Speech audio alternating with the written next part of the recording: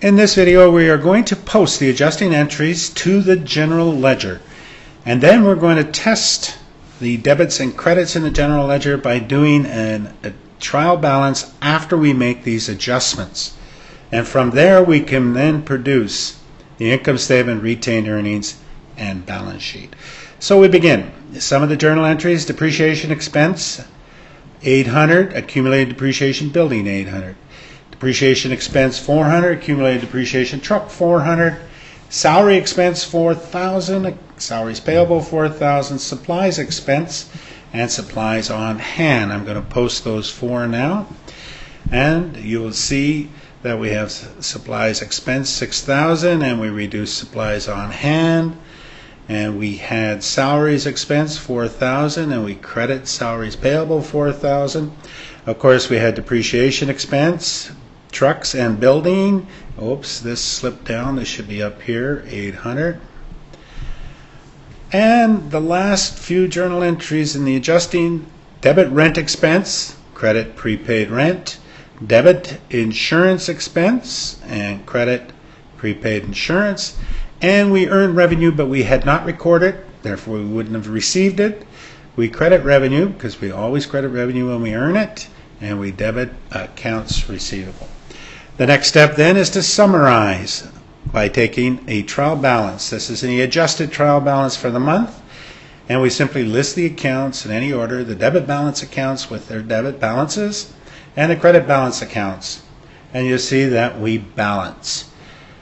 And therefore we can now proceed to do the income statement. Now keep in mind, the income statement is the first statement that we produce because we have to know the statement and we have to know the net income for the period.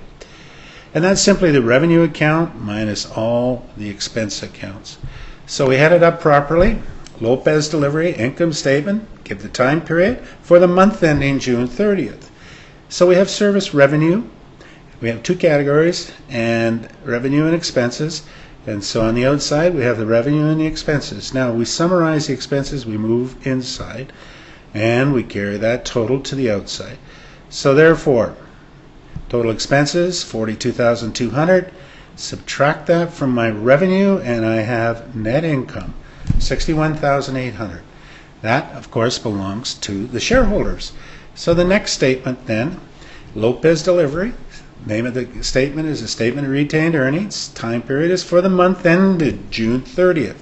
Now notice, this is the retained earnings at the end of the previous month. Therefore, it's the retained earnings at the beginning of this accounting period. To that, we add the net income and we deduct the drawings.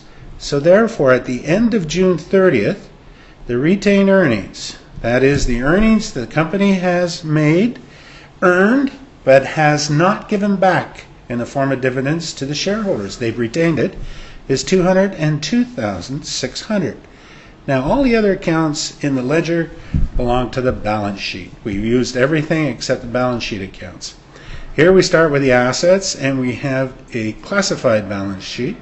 So we're going to classify the assets into those that are current and those that are long-term, or property, plant, and equipment. Now the current we list in order of liquidity. That is, how quickly they will turn themselves into cash. Well, cash is already there.